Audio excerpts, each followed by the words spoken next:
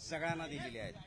या ठिकाणी आपल्याला इथे आज जो कोर्टात विषय झाला की या सर्व बाबींचा विचार करता काल काही व्हिडिओ दाखवण्यात आले, काही पेपरमध्ये आलेल्या न्यूज कटिंग दाखवण्यात आल्या आणि असं भासवण्यात आलं की हे आंदोलनकर्ते या ठिकाणी कायदा व सुव्यवस्थेचा प्रश्न निर्माण करत आहेत।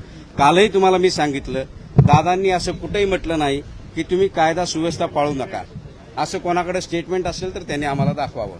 दुसरी गोष्ट, काल कोर्टाने सांगितलं होतं की तुम्ही कायद्याच्या विहित मुदतीत तुम्ही जो अर्ज केलेला आहे तो द्या। आपला अर्ज नाही असं कुठेही नाही, आपले अर्ज वेळोवेळी गेलेत। आपला अर्ज 31 मे 2025 ला आहे, आपला अर्ज 28 जुलै 2025 ला आहे, कायदा 26 तारखेला आला, त्या दिवशी स्टेटमेंट आहे, कायदा यायच्या दिवशी ही ऑर्डर झालेली आहे। असं स्टेटमेंट केल्यानंतर त्या दिवशी कोर्टाने मनोज दादांना 5 नंबर पार्टी केलं, आंतरवाली सराटी या संघटनेला तिथे पार्टी करण्यात आलं, त्याच्यानंतर वीरेंद्र पवारांना पार्टी करण्यात आलं आणि नोटीस काढण्यात आली आणि नवीन कायद्याच्या प्रमाणे नवीन कायद्याच्या प्रमाणे तो अर्ज करायला सांगितला, त्या पद्धतीने आपण अर्ज केला। 27 तारखेला आपला निरंतर अर्जाचा आपण सेपरेट एक अर्ज दिला आणि तिथे विनंती केली की आमरण उपोषण आहे, हे एका ठिकाणाहून दुसऱ्या ठिकाणी जाऊ शकत नाही नियमानुसार। तोही अर्ज तिथे त्यांनी विचाराधीन केला, त्याच्यात कुठलंही कम्युनिकेशन आजपर्यंत त्यांनी केलेलं नाही। तिसरी गोष्ट, त्याच्यानंतर आम्ही जो 28 आणि 29 तारखेला आम्हाला जी परवानगी मिळाली 29ची, त्या दरम्यान सुद्धा जो प्रशासनाला आपण पोलीस प्रशासनाला अर्ज दिला, 2 दिवस सुट्टी होती, तिथे नियमावली अशी आहे की तुम्हाला कोणत्याही शासकीय सुट्टीच्या दिवशी करता येणार नाही। विषय असा आहे की जो आपण 31 मेला अर्ज केलेला आहे त्या दिवशी कोणताही कायदा तसा रूल नव्हता। आपल्या डोक्यात आंदोलन एका ठिकाणी, आमरण उपोषण एका ठिकाणी, उलट या गोष्टीचा विचार करता जर वेगवेगळ्या ठिकाणी या गोष्टी घडल्या तर कायदा सुव्यवस्थेचा प्रश्न मोठा जटिल निर्माण होऊ शकत होता। आपण तिथे अर्ज केला की तुम्ही आम्हाला या नियमामध्ये शिथिलता आणावी, तोही अर्ज प्रशासनाने कुठलाही विचार केला नाही, कुठलीही त्याच्यावर आजपर्यंत कारवाई केलेली नाही।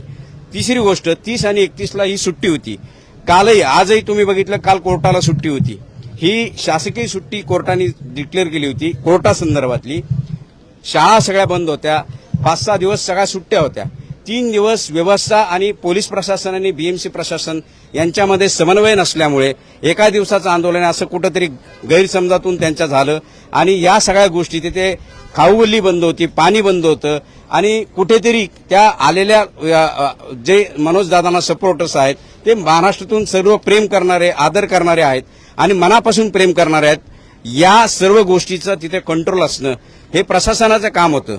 आपल्याला पुन्हा एकदा सांगतो, 12 ऑगस्टला आम्ही 25 जण सीपी साहेबांकडे गेलो होतो आणि ह्या गोष्टीची कल्पना दिली होती। गणेश उत्सव आहे, आपला सर्वांचा तो धार्मिक उत्सव आहे, आपला सर्वांचा तो आनंदाचा उत्सव आहे, एकाच वेळी या गोष्टी घडतायत। हा दिवस का निवडला तर 2 वर्षापूर्वी दादांनी 29 ऑगस्टला ही आंदोलन सुरुवात करण्यात आली होती, म्हणून हा दिवस निवडण्यात आला। आपल्याला हा दिवस निवडण्याचा हीच एक पहिल्या दिवशीची परवानगी,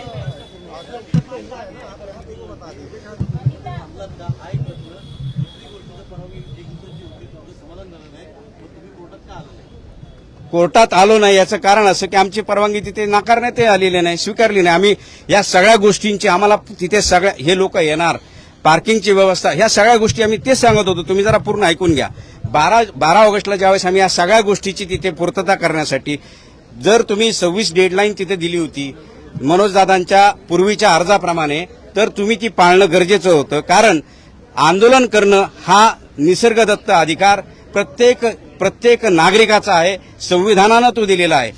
त्या दिवशी कोणती संख्या असं ठरलेलं नव्हतं, 5000 ही डेजिग्नेटेड प्लेसवर असावी, हा रूल कधी आला? 26 ऑगस्ट 2025ला आला। अर्ज कधीचा आहे? त्यापूर्वीचे 2 अर्ज आहेत। या संदर्भात आपल्याला तिथे बाजू मांडण्याची संधी कुठे मिळाली नाही। ज्यावेळेस आपण ती नवीन विहित मुदतीत आपण तो अर्ज नवीन नियमाप्रमाणे केला, या सर्व अडचणी तिथे होत्या, एकीकडे अर्ज करायचा होता, त्याची परवानगी घ्यायची होती, आम्ही तो मुदतीत अर्ज देणं गरजेचं होतं, आम्ही तो दिला। 2 दिवस सुट्टी होती, 30-31 साठी सुद्धा आम्ही कंटिन्यू अर्ज तिथे दिला, त्याच्या अॅक्नॉलेजमेंट आमच्याकडे आहेत।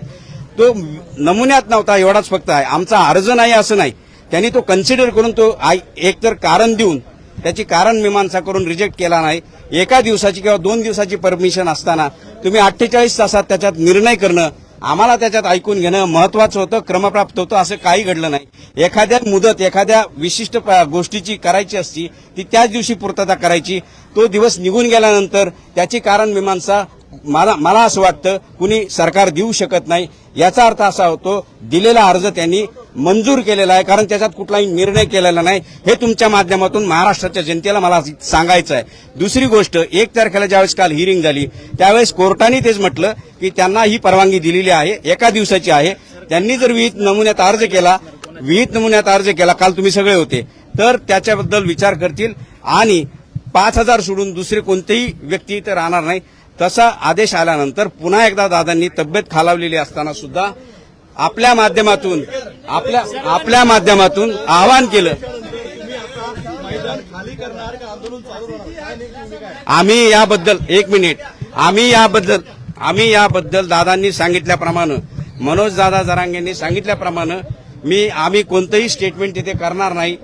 ते करणार नाही कारण आमचा आंदोलन करण्याचा अधिकार आहे. या फक्त विषयाशी मनोज दादा ठाम आहेत. तुमची नियमावली काय आहे, तुमच्या या सगळ्या गोष्टी काय, मी पाळायला तयार आहे. याबाबत त्यांनी वारंवार सर्वांना तुमच्या माध्यमातून तिथे विनंती केलेली आहे, तिथे आवाहन केलेलं आहे आणि आपल्याला त्याचे पुरावे सुद्धा सगळीकडे सापडतील. आंदोलन हे बघा एक मिनिट आजचा हा मोठा दिलासा आहे. कारण असं की घटनादत्त अधिकार आहे या तिन्ही ऑर्डरमध्ये त्यांनी म्हटलेलं आहे. आपण जरा ऑर्डर जर 26 ऑगस्टची वाचली, त्याच्यानंतर 1 सप्टेंबरची वाचली आणि आजची तुम्हाला थोड्या वेळात प्राप्त होईल. तुम्ही हे बघा की हा निसर्गदत्त अधिकार संविधानाने दिलेला आहे. संविधानानं आलेला अधिकार हा कोणत्या रूलनी काढता येतो का?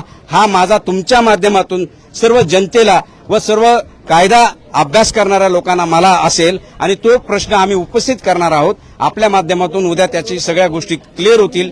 आम्हाला बाजू मांडण्याची संधी मिळाली नाही, आम्हाला सगळ्या गोष्टी तिथे मॅनेज करायच्या होत्या. यासाठी जे आंदोलन आता उद्या कोर्टाने मॅटर ठेवले. दादांनी सांगितलं मी कोणतंही स्टेटमेंट इथे करणार नाही उठायच्या बाबतीत किंवा काय.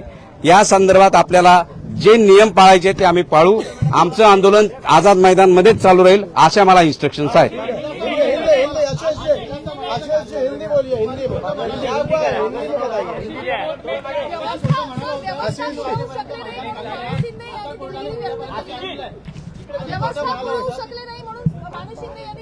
मला प्रश्न कळाला नाही, कोणती व्यवस्था? बरोबर ते दिलगिरी कशाला व्यक्त करतील? त्यांनी उलट सांगितलं की व्यवस्था, मी मागाशी सांगितलं की या शासनाच्या सर्व प्रशासनाच्या या वैकल्पिक बाबी आहेत.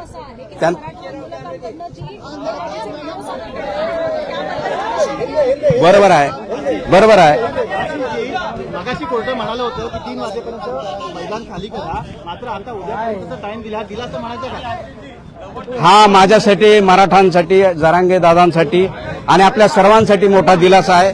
हा नैसर्गिक न्याय तत्वाचा आपला विजय आहे असं मी माझं स्वतःचं मत आहे. हे माझं स्वतःचं मत आहे. उद्या आम्ही बाजू मांडू.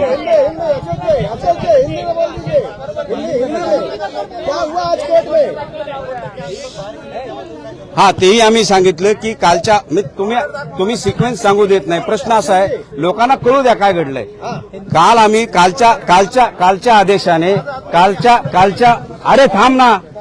आदेशाने आम्ही तिथे सांगितलं की आव्हान मनोज दादांनी तिथे सर्वांसमोर केलंय. आपण सर्व तिथे विटनेस आहात. आपण याची कल्पना तिथे दादांच्या त्या सर्व व्हिडिओ बघू शकता. कोर्ट न्यायालय हे न्यायाच्या बाजूने असतं आणि खरंच कोर्ट हे न्यायाच्या बाजूने असतं हे तिन्ही ऑर्डरमध्ये दिसतंय.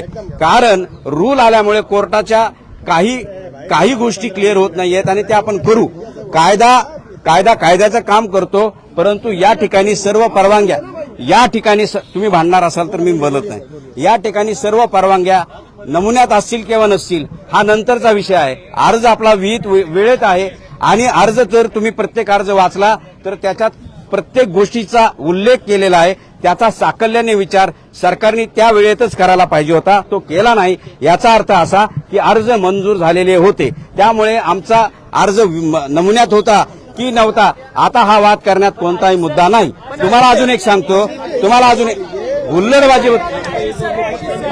आता आझाद मैदानामध्ये आंदोलन करण्याची परवानगी दिली आहे का तुम्हाला? उद्या 11 वाजेपर्यंत ते आम्ही उद्या हे आहे, तर उद्या 1ला आमची हिअरिंग ठेवली. आम्ही सगळ्या बाबी त्याच्यानंतर तपासून तुमच्या समोर येऊ. धन्यवाद. करावाच लागेल.